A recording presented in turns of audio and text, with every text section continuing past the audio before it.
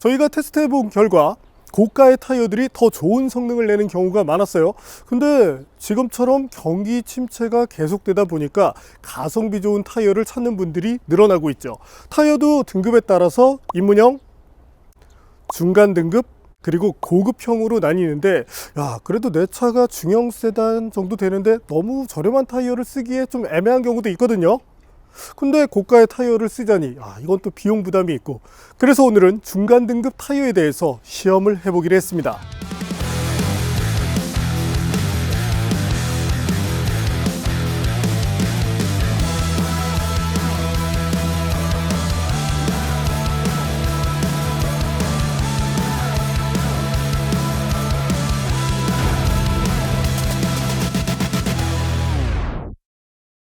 국내 3사 제품들을 대상으로 하고 수입 타이어까지 함께 넣어서 비교하려 했는데 가격대가 제한이 생기다 보니까 탑티어급 수입 타이어들 브랜드들이 빠졌습니다. 그래서 가격대가 유사한 다른 제품들을 대상으로 넣었죠.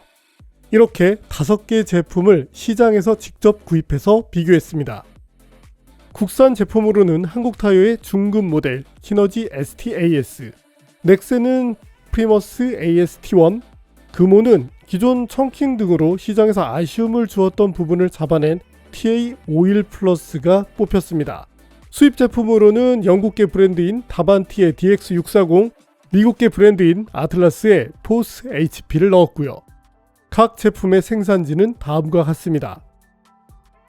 오늘은 시장 컨셉에 맞춰 라이드와 정숙성부터 확인해 볼까요? 타이어 업계에서는 승차감을 라이드라고 부릅니다. 승차감에서 가장 좋은 모습을 보인 것은 금호였습니다. 특정 영역에서 단단한 느낌을 줄 수 있는 차량에서 이점이 컸습니다. 그래프를 봐도 충격 이후 부드럽게 완화시키는 모습이 부각되죠? 저속에서도 좋았지만 속도를 시속 100km 이상으로 올렸을 때도 가장 이상적인 승차감을 보였고요. 다른 성능은 몰라도 단순하게 승차감 하나만 보면 한국의 에어S, 마제스티 같은 프리미엄급보다도 성능이 좋게 부각됩니다. 다음은 넥센이었는데요. 지지감이 약간 아쉬운 측면이 있지만 무난한 승차감을 보였죠. 패턴 자체는 움직임이 다소 많은 편이었고요. 핸들링 측면에서는 약점이 될 수 있지만 날카로운 노면 특성을 희석시키는 데는 일부 이점을 보였습니다. 다음은 한국입니다.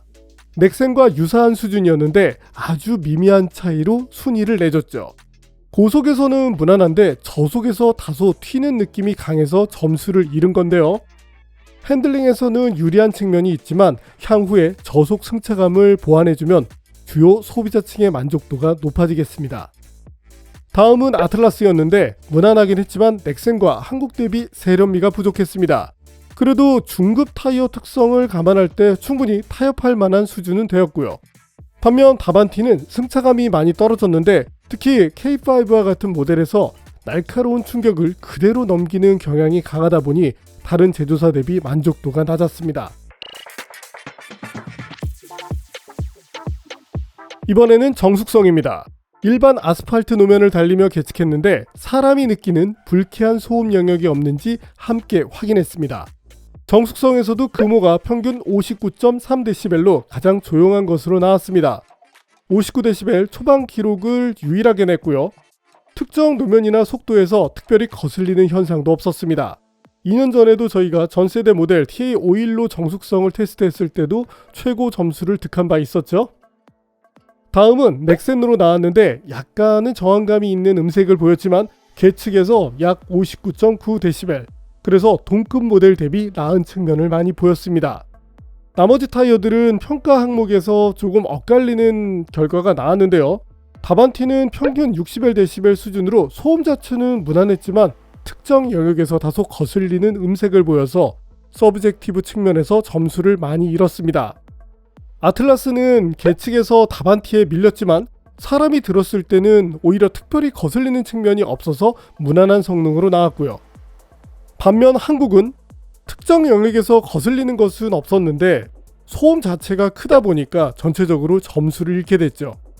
2년 전에 테스트할 때도 사실 유사한 모습이었고요. 이번에는 코너에서 버틸 수 있는 한계 속도를 시험합니다. 원선회로에서 시험했는데요.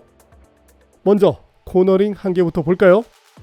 여기서는 금호가 시속 71.1km로 가장 높은 속도까지 버텼습니다. 다만 최대 한계에서 리프트 오프를 했을 때 리어 축이 약간은 빠지는 모습이 있었어요. 공동 1위는 아틀라스였는데 유사한 수준의 한계 속도를 보였죠. 그러나 한계에서 리프트 오프를 했을 때 차체의 움직임 변화가 다소 빠르게 나타났습니다. 이런 아쉬움은 핸들링 평가에 반영되고요. 2위는 넥센이었는데 평균 70km 정도의 속도를 보였는데 리프트 오프를 했을 때 리어 타이어가 미세하게 빠졌습니다. 그러나 그 수준이 수긍할 정도는 되었기 때문에 문제가 될 정도는 아니었고요. 3위는 한국, 4위는 다반티로 나왔죠. 이제 마찰 부담을 줄여 연비를 높여줄 수 있는 회전 저항을 보겠습니다. 요즘 같은 불경기에는 이런 항목도 눈여겨볼 필요가 있어요. 자동차가 타력 주행으로 시속 40km에서 정지할 때까지의 기록을 계측했는데 1위는 618m의 평균 기록을 기록한 다반티였고 금호는 평균 615m로 동등한 수준의 능력을 보였습니다. 다음은 한국이었는데 평균 585m, 이후에 넥센과 아틀라스 순으로 나왔죠. 넥센과 아틀라스는 상대적으로 성능이 다소 떨어지는 편이었어요. 이렇게 기본 성능을 확인했는데요. 이제 타이어의 품질을 볼까요? 무게부터 확인했는데 타이어가 가벼울수록 연비 저감에 도움이 되죠. 가벼운 신발을 신고 뛰는 게 힘이 덜 들고 경쾌한 것처럼요. 여기서는 넥센이 4개 평균 9.6kg으로 가장 가벼운 것으로 나왔습니다. 다음은 평균 10.1kg의 금호였고요. 이후 다반티, 아틀라스 순으로 이어졌고 한국이 가장 무거운 평균 10.5kg의 평균 무게를 보였습니다.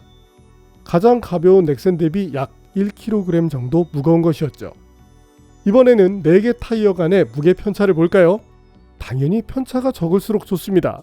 운동화를 샀는데 오른쪽이나 왼쪽 어느 한쪽이 무거운 게 좋은 건 아니니까요. 여기서는 아틀라스와 금호가 최대 편차 80g으로 무난한 수준을 보였고 다음으로 100g인 한국이 적정 수준을 보였습니다. 다반티는 140g, 넥센이 가장 큰 160g으로 나왔고요. 이번에는 주행 중 타이어에 의한 속도의 오차입니다. 같은 규격의 타이어라도 제조사에 따라서 직경이나 폭이 조금씩 다르거든요.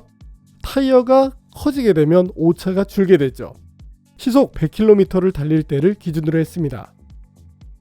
금호의 직경이 가장 큰 편이었고 나머지 타이어들이 비슷한 수준이죠. 이제 정리해볼까요? 항목별 평가를 보겠습니다.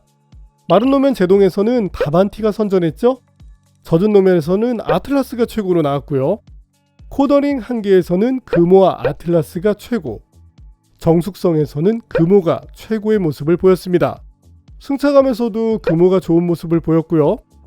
연비에 영향을 주는 회전 저항에서는 다반티와 금호가 좋은 성능을 내주었고요. 이제 각 항목을 점수로 바꿔봅니다.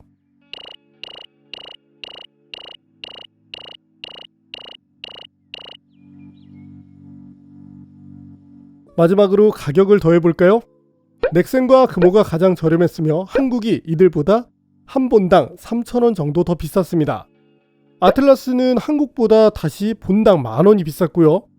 다반티는 아틀라스보다 10,000원이 더 비쌌죠. 이제 최종 점수입니다.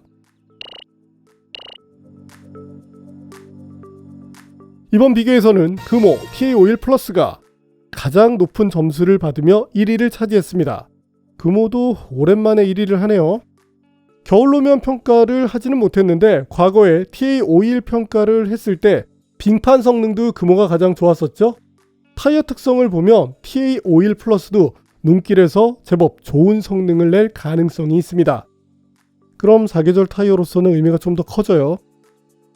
특히 K5나 소나타, 그랜저 IG처럼 특정 환경에서 단단한 느낌이 느껴져서 승차감이 중요한 소비자분들에게, 또는 차량이 조금 많다 보니까 차체의 강성감이 떨어져서 승차감 향상을 원하는 분들에게 좋은 선택이 될 수 있겠습니다. TA51이 업그레이드가 되면서 확실히 좀 좋아지긴 했네요. 이렇게 중급 컴포트 타이어의 비교 평가를 마치겠습니다. 시청해주셔서 감사합니다.